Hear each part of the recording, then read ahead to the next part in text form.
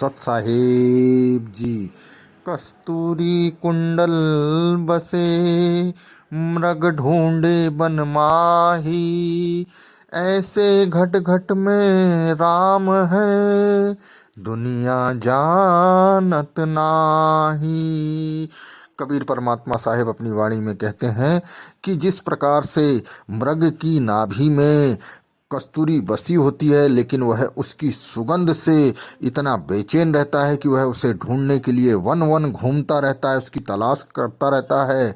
इसी प्रकार से घट घट में राम का वास है, लेकिन दुनिया उसको जानती नहीं है और इधर उधर भटकती रहती है। गुरुवाणी चैनल रिप्रेजेंट साईं अरुण जी प्रवचन विश्लेषण।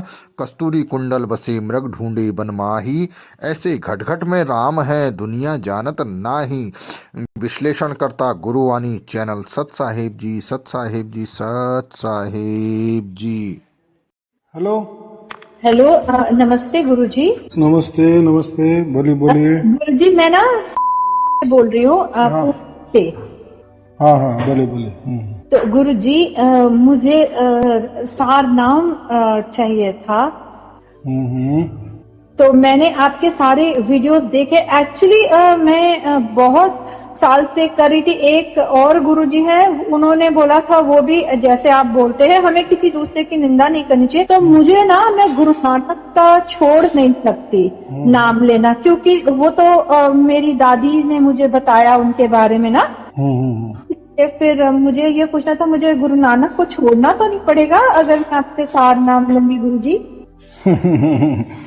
तो अभी क्या करो, देखो मेरा कोई धर्म नहीं, कोई पंथ नहीं, कोई गुरु गद्दी नहीं, कोई गुरु प्रणाली नहीं, कोई गुरु परंपरा नहीं, कोई मैं किसी को मंत्र नहीं देता, कोई तंत्र नहीं देता, कोई साधना नहीं बताता, कोई ध्यान में नहीं बिठाता।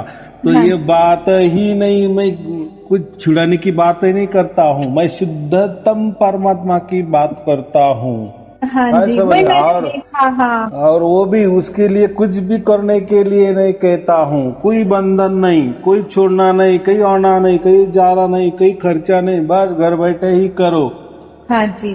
तो अभी सोचो आप कैसा होगा। हाँ, मैंने आपके बहुत सारे वीडियोस देखे। कल पूरी रात यही देख रही थी, क्योंकि मुझे भी एक गुरु चाहिए। मैं समझती हूँ गुरुजी, आज 10 साल हो गए कि गुरु की जरूरत होती है। मैंने ग्रंथ साहब भी पढ़ना शुरू किया। हमारा गुरु की इसलिए जरूरत होती है, भगवान से हमारा मिलाप करते हैं, है ना। गुरु मार्गदर्शन होता है। हाँ, उनको एग्जैक्टली पता होता है कि गुरु राइट वे कौन सा है, राइट मेथड कौन सा है। गुरुजी, मेरा बेटा बहुत बीमार हो गया है ना। और उसके बाद मैंने भगवान को ढूंढना शुरू किया, क्योंकि पहले तो हमारी जिंदगी में सब सुख था ना, अच्छा था। जब बेटा बीमार हुआ तो मैंने सोचा ये क्या हो गया, और फिर मैं लग गई। फिर जो मैं लगी हूँ अभी तक रुकी नहीं गुरुजी। ढूंढती जा रही हूँ, क्योंकि मुझे ऐसा लगता है कि ये जो बीमार हुआ है, ये मुझे भगवान बताना चाहता था कि अब तुम ढूंढो मुझे, है ना। ऐसा नहीं, ठीक है, जैसी भावना है आपकी वैसी, लेकिन परमात्मा के लिए ऐसा कुछ नहीं होता। प्रकृति के बारे में परमात्मा कहीं सोचता नहीं है कि मैं आपको दुख दूंगा तो आप मुझे फिर भक्ति करो या मुझे मेरी याद करो।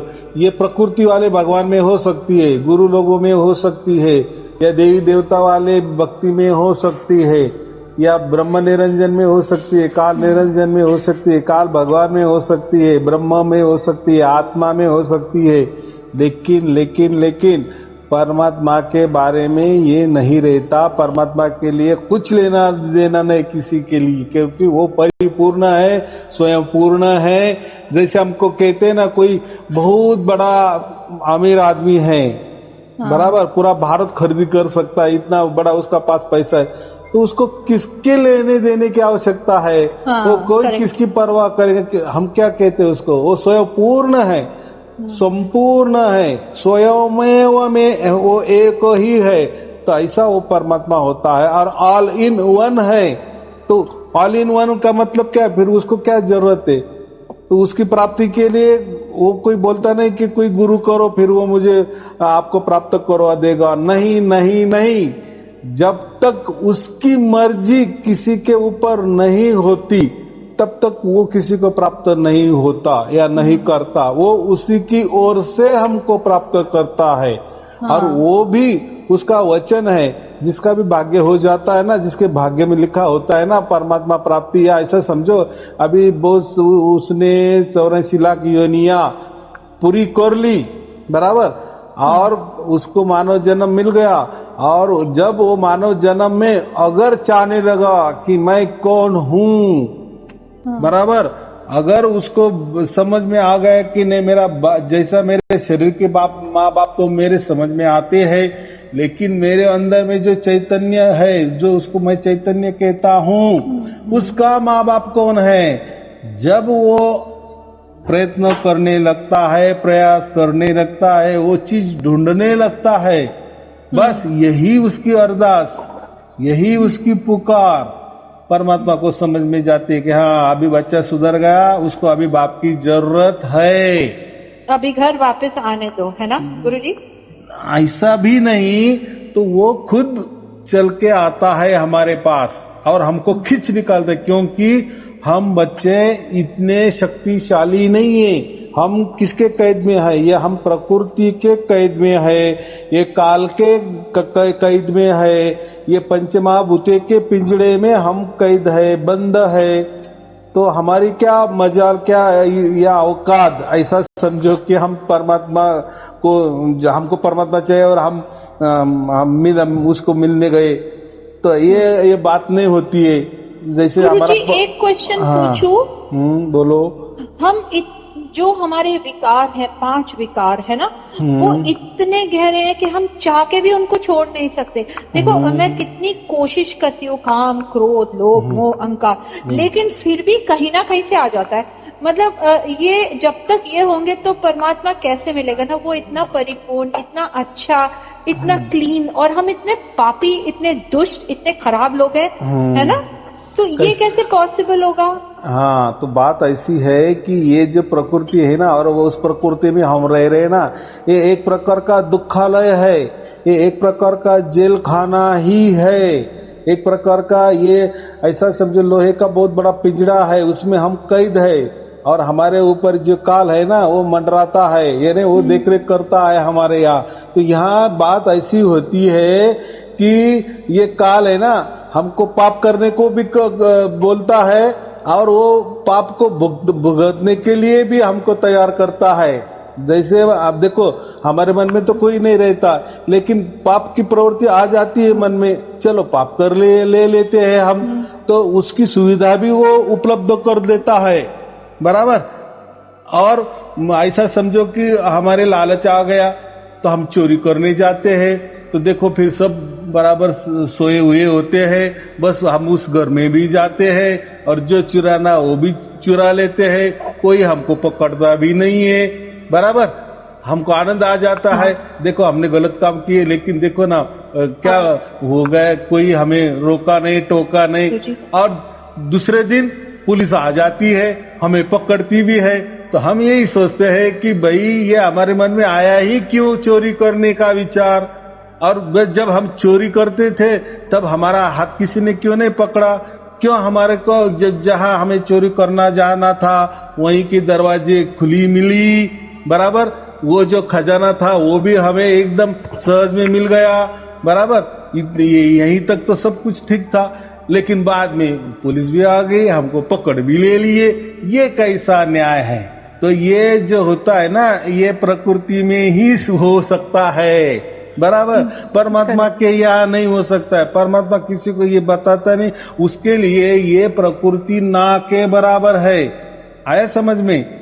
हाँ, करेक्ट। हाँ, तो ये जो है ना, जिसको भी चोर की बुद्धि हो जाती है, पाप की बुद्धि हो जाती है, तो हमसे पाप भी हो जाते हैं, और पाप करने के लिए रास्ते भी खुले मिल जाते हैं, कोई किसी रोक टोक भी नहीं है। और फिर पाप के अनुसार जैसा पाप होता है तो उसी के लिए भुगतान भी करना पड़ता है, और भुगतान भी ये करवा लेता है।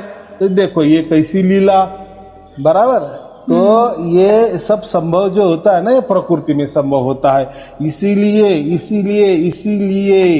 ये कभी भी मानना नहीं कि ये क्या हो रहा है, ये क्यों हो रहा है, ये मेरे साथ ही कैसा घट रहा है, फिर ऐसा होना था तो फिर ऐसा क्यों करे, ऐसा मुझे रास्ता ही क्यों दिखाए, बराबर, क्यों मेरे साथ बाकी लोग भी जुड़ गए, मेरे साथ आ गए, फिर साथ भी आ गए, पूरा काम भी तमाम हो जाने के बाद मुझे पकड़ा भी क्यों दिए। तो ये कैसा है, ज्यादा विचार नहीं करना। तो इसीलिए कहा गया है कि एक जो भी घटना घटती है ना, उसके पीछे एक कारण हो जाता है। जैसे हम गाड़ी चलाते हैं, किसी ने गाड़ी से हमें उड़ा दिए, हम मर गए, तो लोग क्या कहेंगे, अरे वो गाड़ी ने उसको उड़ा दिए, बेचारे वो तो अच्छे चल रहा था, बराबर। ये हो गया कारण लोगों के लिए, क्या हो गया, कारण। लेकिन उसके ऊपर और एक महाकारण होता है कि उसकी जिंदगी ही उतनी होती है, ये हो गया महाकारण। ये महाकारण में हम नहीं जाते, हम कारण के ही पीछे चलते हैं कि ऐसा कैसा हो गया, एकदम जवानी में वो कैसा मर गया, ये कैसे दुख हमारे नसीब में आ गए, तो ये तो हो गया, हमको दिखता है सब कुछ, ये ऐसा नहीं होना चाहिए था, ये कारण नहीं होना चाहिए था, ये कारण की वजह से ये मर नहीं जाना था। लेकिन उसके पीछे एक होता है महाकारण। तो इसीलिए कहते हैं ना, ये जो कर्म सिद्धांत होता है और एक भाग्य सिद्धांत होता है, ये किसी के बस में नहीं है, किसी को इसमें किसी की मर्जी नहीं चलती। ये क्यों हो रहा है, क्यों कोई किसी को 1 करोड़ की लॉटरी लग गई, मुझे क्यों नहीं लगी, क्यों ऐसा हो गया, मैं अमीर क्यों हूँ, वो गरीब क्यों है, या मैं गरीब वो अमीर क्यों है, मैं ये पाप। तो ऐसा समझो कि खुद को कभी भी, जो प्रकृति में रहते हैं ना, खुद को पापी नहीं समझना, या खुद को पुण्यवान भी नहीं समझना, कुछ भी नहीं समझना, न्यूट्रल में रहना, बराबर। क्योंकि देखो, हर किसी को नहीं, हर कोई भी यही चाहता है ना कि मेरे हाथ से अच्छा हो जाए, बराबर में, लेकिन हो जाता है बुरा, बराबर। तो ये क्यों हो जाता है ऐसा? ऐसा ही समझो, सब कुछ अच्छे ही रहने की कोशिश करते हैं, लेकिन चलते चलते हो ही जाता है, बराबर कि नहीं, ना मन में रहते भी हो जाता है। तो इसके ऊपर ज्यादा ये नहीं करना। तो देखो, ये जंजाल में ये जो व्यूह रचना जो है ना, प्रकृति वाली, सुख दुख वाली, भाग्य वाली या कर्म सिद्धांत वाली, ये व्यूह रचना में हम मानव है, और ये हमको ही समझता है, प्राणियों को नहीं कुछ समझता कि ऐसा क्यों हो रहा है, कि मैं चोरी क्यों की, फिर मुझे पकड़ा भी क्यों दिए, पहले मन में ही क्यों आ गया, लालच ही क्यों आ गया, और लालच आ गया तो फिर उसमें साथ भी दे दिए, समय भी बराबर आ गया, चोरी भी हो गई, पकड़ा भी। तो ये जो बातें है ना, ये गड़बड़ वाली बातें, ये सब मानव के लिए ही होते। तो ऐसा क्यों होता है? ये होता है औरंगा, क्योंकि ये मानव जन्म है ना, ये 84 लाख योनि भोग कर अब मिला है। तो यही एक जंक्शन ऐसा है, जैसे जंक्शन समझते हैं ना, जो स्टेशन होता है, लेकिन जंक्शन वाला स्टेशन, यहाँ से रेलवे पूर्व भी जाती है, यहाँ से पश्चिम भी जाती है, यहाँ से जे जाती है, आगे भी जाती है, उसको हम क्या कहते हैं? जंक्शन जो बड़ा होता है, बड़ा होता है कि यहाँ से ये शहर में भी जा सकते, यहाँ दिल्ली में भी जा सकते, यहाँ कन्याकुमारी में भी जा सकते, यानी चारों तरफ जा सकते, उसको हम जंक्शन कहते हैं, बराबर। तो ये जो मानव जन्म है ना, ये बहुत बड़ा जंक्शन है। इससे ही हमें एक तो स्वर्ग की प्राप्ति होगी, या नरक की प्राप्ति होगी, या हमारा परमात्मा की भी प्राप्ति यहीं से हो सकती है। लेकिन परमात्मा प्राप्ति बहुत कठिन ही है, लगती है। या परमात्मा को खोजने गए ना, तो आपको पूरे धर्म ग्रंथ, पूरे धर्म पंथ समझो, गुरु गद्दिया समझो, ये समझो, परमात्मा की बातें ही नहीं करेंगे। वो क्या बोलेंगे, ऐसा कोई परमात्मा नहीं होता है, वो परमात्मा है, ये बात बराबर है, लेकिन उसको प्राप्त नहीं किए जा सकता। ऐसी कोई तरकीब किसी ने भी नहीं बताई, और ऐसी नहीं भी है, और उसके पीछे मत पड़ो। और अगर आप पढ़े भी, अगर परमात्मा प्राप्त भी हो गया, तो आपको क्या मिलने वाला है? क्योंकि किसने प्राप्त किया भी नहीं और किसी कुछ मिला भी नहीं, तो ये कह देते हैं, निर्णय निकाल लिए, यानी ऐसा समझो सभी धर्म ग्रंथ यो समझो, सभी धर्म समझो, सभी पंथ समझो, सब गुरु गद्दिया समझो, या जो भी बड़ी बड़ी संस्था इन्होंने क्या निकाले है परमात्मा के बारे में, वो कोई प्राप्त होने वाली चीज नहीं है, वो किसी को प्राप्त नहीं होती, बस वो है, उसने सब कुछ बनाया है, हमें जो बनाया है उसमें ही हमें खोजना है परमात्मा को। तो वो क्या करते हो, आत्मा को ही खोजने निकलते हैं और वो आत्मा ही प्राप्त हो जाता है और फिर वो उसी को नाम दे देते हैं कि बस यही परमात्मा है। आया समझ में? और वही आत्मा भगवान बनकर जन्म लेता है, राम बनकर जन्म लेता है, कभी कृष्ण बनकर जन्म लेता है, तो कभी बहुत सारे फिर है ना, बड़े भगवान महावीर है, बराबर, गुरु नानक भगवान बुद्ध है। भगवान किसको कहते हैं कि वो परमात्मा को जाने के लिए सिर्फ रास्ता बताते हैं, परमात्मा नहीं मिला देते, रास्ता बताने वाले, हाँ, उसको हम गुरु कहते हैं या भगवान कहते हैं। तो ऐसे बहुत सारे भगवान हैं। तो जैसे श्री कृष्ण जी भी आए ना, उन्होंने कहा ना कि मैं भगवान हूँ, मैं आपको ईश्वर का रास्ता बताता हूँ, परमात्मा का रास्ता बताता हूँ, या मेरी पूजा करो बस आपको ईश्वर मिल जाएगा, मैं ही खुद परमात्मा हूँ, ऐसा ही कहा गया है ना। हाँ गुरु जी। हाँ, तो लेकिन ये परमात्मा अलग है, ये सब कबीर साहब ने ये सब देखा ना, तब ये कबीर साहब ने सब सृष्टि रचना ही खुला कर दी।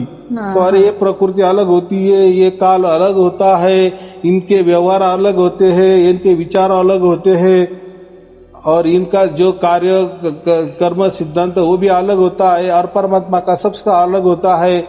ये सब प्राप्त करने की चीज होती है, जो भी प्रकृति में है ना, काल के दायरे में जो भी है ना, उसको हम प्राप्त भी कर सकते हैं, वो भी हमारे कष्ट से, प्रयत्न से, या कुछ तौर तरीके से प्राप्त हो भी जाता है। लेकिन परमात्मा ये जो प्रकृति वाले तौर तरीके से प्राप्त नहीं होता, तो वह उसकी मर्जी से ही हमें प्राप्त करता है, वो प्राप्त करता है, बराबर। ये दोनों में गड़बड़ है। इसीलिए सभी धर्म ग्रंथ समझो, पंथ समझो, इन्होंने परमात्मा की सिर्फ बातें की है, उसको प्राप्त करने का कोई तरीका नहीं बताया, या तरीका उपलब्ध ही नहीं है, किसी के पास भी नहीं है। सिर्फ जब परमात्मा स्वयं में अवतार लेके आए कबीर साहब के रूप में, बराबर, तो उनका तो कोई गर्भ से जन्म नहीं हुआ, और वो जो मरे तो हमारे जैसे भी मरे नहीं, वो तो 120 साल जिंदा रहे ना, तो उन्होंने सब कुछ वो राज खोला दिए, बराबर। हाँ, तो वो उन्होंने कोई भी वही परमात्मा थे, बराबर है। गुरु ग्रंथ साहब ने, देखो गुरु ग्रंथ साहब का तो पहले जो जपजी है ना, उसमें तो कितना साखिया थी, 38 थी ना, 38 थी ना, 38 पौड़ी। हाँ, बाद में तो एक जो मंगलाचरण वाली डाल दी, तो हो गया 39, और एक जो लास्ट वाली जो की ना बाद में, तो वो ऐसा 40 के आसपास वो पहली साख्या थी। तो बाद में फिर जो अर्जुन देव सिंह आए, फिर जो भी अभी मुझे इतना नहीं मालूम, फिर उन्होंने बाकी संतों की जो साखिया है वो भी डाल दी ना, तो उसमें से जो 700 साखिया में से 500 के थोड़े ऊपर साखिया सिर्फ और सिर्फ कबीर साहब की है, बराबर। हाँ, तो कबीर साहब का उनके धर्म में बहुत बड़ा स्थान है, बहुत बड़ी जगह। तो क्यों है? तो वही मैं बोला ना, वो कबीर साहब जो थे वो परमात्मा के ही अवतार थे, बराबर। तो उन्होंने ये राज खोल दी कि आप ये प्रकृति के तौर तरीके से आप परमात्मा को प्राप्त नहीं कर सकते, परमात्मा ही खुद आपको प्राप्त कर। फिर वो कब प्राप्त करता है? जब आपका भाग्य पूरा हो जाता है। अब वो भाग्य कैसा पूरा हो जाता है? तो उसके लिए कोई नियम नहीं है, कानून नहीं है कि अब ये करने से, किसी के पांव दबाने से, या किसी गुरु की कृपा दृष्टि से, या किसी देवी देवता की पूजा पाठ से, या कोई मंत्र तंत्र से, या कोई ध्यान विधि से, तो ये तरीके नहीं। कबीर साहब बोले ये कुछ भी तरीके नहीं, वो उसकी मर्जी से प्राप्त आपको होता है। और जब भी प्राप्त हो जाता है वही असल में सत्य है। एक होता है सत्य, एक होता है सत, सत माने वो पहले था, आज भी है, आगे भी रहेगा, उसको सनातन भी कह सकते हैं हम। तो वो जो सत है उसको ही परमात्मा कहा जाता है, बराबर। और ये जो सत्य होता है ना, सत्य माने राइट, हमें प्रकृति में सत्य होता है, राइट, ट्रुथ, सच्चा आदमी वो होता है। तो ये प्रकृति वाला सत्य नहीं, वो परमात्मा के लिए सत लगाया गया है। और वो जो सत्य की जब हमें प्राप्त हो जाती है, यानी हमसे तो नहीं प्राप्त हो जाता, लेकिन अभी बोलने का वो ढंग है, क्योंकि हम प्राकृतिक भाषा में रहते हैं ना, तो प्राकृतिक भाषा का यूज करते हैं। लेकिन मैं अभी कहता हूं कि परमात्मा कबीर साहब ने यही बताया कि जब वो उसकी ओर से जब वो सत्य हमें प्राप्त हो जाती है, वो सत्य का संग हमें निरंतर अखंडित मिलता है, मिलने लगता है, तब हम समझते हैं कि हमें सार शब्द की प्राप्ति हो गई। और उसका वो गुरु प्रसाद है, वो तो वो उसकी झोली वो फैला देता है, हम ले लेते हैं, हम और उसके सिवा क्या कर सकते हैं? ना उसके लिए कोई साधना कर सकते हैं, ना कोई मंत्र तंत्र जप सकते हैं, ना कोई पाठ कर सकते। वो तो उसकी मर्जी से फिर वो खुला हो जाता है और हमें मिल जाता है, रहता है, हमारे साथ ही रहता है, फिर परमात्मा साथ बराबर वो वही, उसको ही कृष्ण कहा गया। वो हमें खींच लेता है और उसके गोद में ही बिठा लेता है, और वो भी जीते जी बिठा लेता है, बराबर, और हमेशा के लिए बिठा लेता है। तो उसको हम क्या कहते हैं? सत का संग। एक अर्थ होता है सत्संग, हम कहते हैं ना, तो सत का संग हो गया। और जो संत होते हैं ना, हम जिसको भी ये सत की प्राप्ति हो जाती है तो वो संत बन जाता है। कौन होता है? संत होता है। संत का मतलब भी वो एक होता है कि उसके साथ निरंतर अखंड सत होता है, वो सत के साथ ही चिपका होता है। हाँ, तो वो संत होता है, बराबर। तो जो भी परमात्मा की प्राप्ति करता है तो वो संत ही बन जाता है, बराबर। और परमात्मा ये स्वयं में ऑल इन वन है, वो गुरु भी है और परमात्मा भी है, वो ईश्वर भी है, परमात्मा भी है। ऑल इन वन का मतलब क्या होता है? सब कुछ वो है, क्योंकि उसने ही सबको निर्माण किया है। ये 35 लाख ब्रह्मांड भी उसने निर्माण किया है, काल को भी उसने निर्माण किया है, बराबर, हमको भी उसने निर्माण किया है। तो हमारा मनुष्य जो मनुष्य का जन्म का जो ध्येय है, उद्दिष्ट है, वो एक सिर्फ परमात्मा प्राप्ति करना है, ना कि आत्मा प्राप्ति करना है। बोलते ना, निज स्वरूप की प्राप्ति करो, निज स्वरूप की, यानी आत्मा की प्राप्ति करो, आत्मा की प्राप्ति नहीं। तो बाकी लोग क्या करते हैं कि आत्मा को ही परमात्मा बता देते हैं, लेकिन आत्मा अलग है, परमात्मा अलग है। आत्मा जन्म लेती है, परमात्मा आजन्मा है, बराबर। वो काल के इसमें नहीं आता, अंडर में नहीं आता, वो काल के परे है, अकाल है, बराबर। गुरु नानक देव जी ने जो जपजी में जो 33 बार जो मंत्र आया है ना, क्या बोलते हैं उस मंत्र को? मूल मंत्र। मूल मंत्र, बराबर। तो वो मूल मंत्र क्या है? वो सार शब्द का ही वर्णन किया है उसमें, कि सार शब्द क्या होता है या परमात्मा क्या होता है। गुरुजी, मुझे सार शब्द लेने के लिए क्या करना पड़ेगा? कुछ करना नहीं पड़ेगा, मैं तो यही बता था ना। तो कुछ फिर नहीं कैसे करना। दोगे गुरुजी? हाँ, तो उसके लिए क्या करना है? जो मैंने वीडियो बनाए हैं वो सुनते जाना। ऑनलाइन वाले वीडियो, आपका कोई व्हाट्सएप नंबर है तो उसमें मैं वो वीडियो आपको भेज देता हूँ, लिंक भेज देता हूँ। मेरे वीडियो तो बहुत सारे हैं, 500-600 वीडियो है, लेकिन उसमें सिर्फ ऑनलाइन वीडियो सुनना। ऑनलाइन इंग्लिश में लिखा होता है, तो ऑनलाइन वाले वीडियो सुनना, पूरे सुन लेना। जैसे जैसे आप सुनती जाएंगे वैसे वैसे परमात्मा का गुरु प्रसाद आपको मिलता जाएगा, वही आपको बराबर उसकी ओर से आपको प्राप्त करेगा। और उसकी अनुभूति, उसकी साक्षी आप स्वयं हो जाएगी। वो आपके साथ घटना घटती है, वो भी एक बार ले लो। उसके लिए घर में ही रहो, कहीं जाना नहीं, कहीं आना नहीं, घर बैठे परमात्मा खुद आते हैं और हमको प्राप्त कर लेते हैं, और वो हमें ही समझता है। हाँ, ये बात। वो शब्द कौन सा होगा उसका? शब्द का मतलब होता है ध्वनि, शब्द का मतलब होता है आवाज, तो वो साउंड, तो वो देता है ना उसकी ओर से। और वो सहज में आता है, वो प्राप्त होता है, वो आपको समझता है। तो वो जो चमत्कार है वो उसके लिए वो आप उसकी खुद साक्षी होगी, वो आपको मिलेगा ना। वो परमात्मा के गुरु प्रसाद है, वो बराबर वो परमात्मा स्वयं है, गुरु है, वो आपको देगा ना। लेकिन आपको क्या करना पड़ेगा? सिर्फ वीडियो सुनने पड़ेंगे, फिर आपको प्राप्त हो जाता है, वो स्वयं वो भी प्राप्त हो जाता है। फिर आप अगर कहेंगे उसकी विधि क्या है, उसकी साधना क्या है, फिर वो प्रकृति में हम आ गए। हमको प्रकृति वाला कोई आत्मा प्राप्त नहीं करना, कोई प्रकृति वाला निज स्वरूप हमारा प्राप्त नहीं करना, आत्मा वाला स्वरूप प्राप्त नहीं करना, कोई काल निरंजन नहीं प्राप्त करना, कोई ब्रह्म निरंजन नहीं प्राप्त करना, कोई ब्रह्म की प्राप्ति नहीं करना, अहम ब्रह्मास्मि ऐसा हमें प्राप्त नहीं करना। हमें परमात्मा प्राप्त करना है, लेकिन वो प्राप्त भी नहीं करना है, वो हमें प्राप्त करना है। वो खुद भी खुद उसकी मर्जी से हमें प्राप्त हो जाता है। उसके लिए वीडियो सुनने पड़ेंगे और वो चमत्कार देखना पड़ेगा। और जब भी वो धुन जब आएगी आपके साथ रहेगी, 24 घंटे हो जाएगी, आप स्वयं में संत बन जाएगी। तो वो क्या होता है, संत बनना थोड़ा कठिन तो है।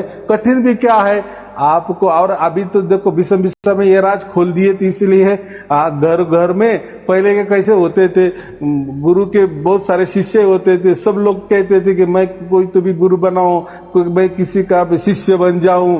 लेकिन अभी देखो दुनिया चेंज हो गई, बराबर, लोगों के विचार चेंज हो गए, बहुत गुरु बनाए, बहुत गुरु के शिष्य बने, लेकिन नहीं, अभी हमारा असली ध्येय क्या है, संत बनना। संत बनना माने क्या, वो जो सत्य है उसका निरंतर अखंडित उस सत्य में ही डूबे के रहना, बराबर, उसके आनंद में ही रहना, उसको कहते हैं संत, बराबर। बाकी भी संत होता है, उसका भी एक अर्थ अलग होता है।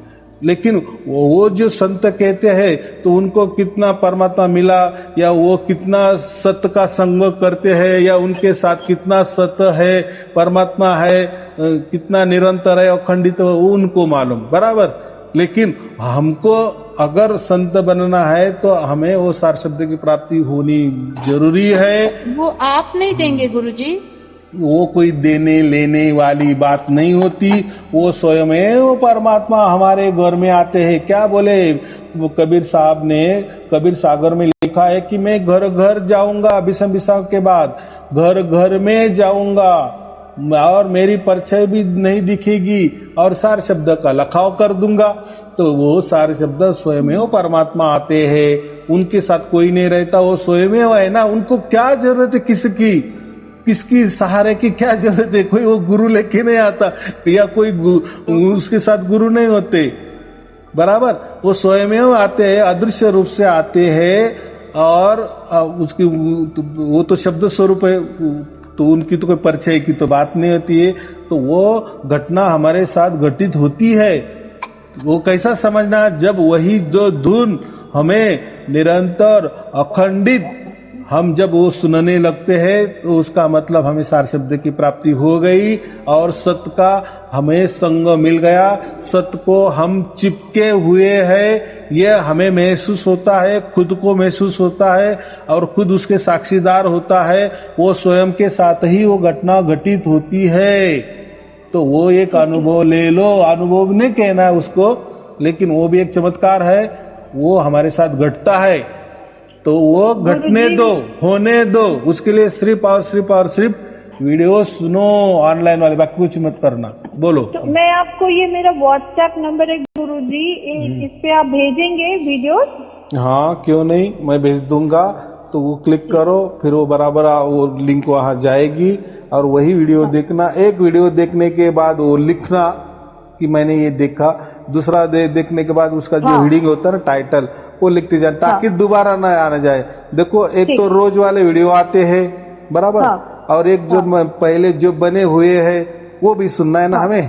तो पहले से ऐसे पीछे पीछे जाते जाना, बराबर। बाकी वीडियो नहीं देखना, बस यही देखना। फिर देखो बराबर आपको परमात्मा कैसा खींच लेता है और उसके गोद में बिठाई लेता है। वो हमारा बाप है तो कोई डरने की बात नहीं है। हमें जो भी प्राप्त होने वाला है स्वयं परमात्मा प्राप्त होने वाला है। प्राप्त यानी हम नहीं करने वाले, वही हमें प्राप्त करने वाला है, लेकिन वही हमारा असली बाप है। एक शरीर के माँ बाप तो हमें मालूम है, लेकिन आत्मा के माँ बाप नहीं मालूम थे ना, तो वही हमारा असल में हमारा आत्मा का बाप है, माँ बाप है। इसलिए हम क्या कहते परमात्मा को ऑल इन वन है। कोई परमात्मा को कुछ पिया कहते हैं, कोई उसको घरवाला समझते हैं, तो कोई उसको भाई समझता है, तो कोई उसको हमारा बाप समझते हैं। उसको कोई भी लगा लो, ये जो नाते संबंध होते हैं ना, ये प्रकृति वाले होते हैं, प्रकृति में होते हैं, बराबर। परमात्मा के लिए कोई नाते संबंध नहीं रहता, इसलिए हम हमेशा क्या कहते हैं, हम उसको पाप समझते हैं ज्यादातर से, बराबर। ठीक है गुरु जी, मैं आपको ये मेरा नंबर है, आप भेजेंगे मुझे? हाँ भेज दूंगा। चलो कोई बात नहीं, चिंता की बात नहीं है। शुभ आशीर्वाद। सत साहेब जी, सत साहेब जी, सत साहेब जी। Thank you.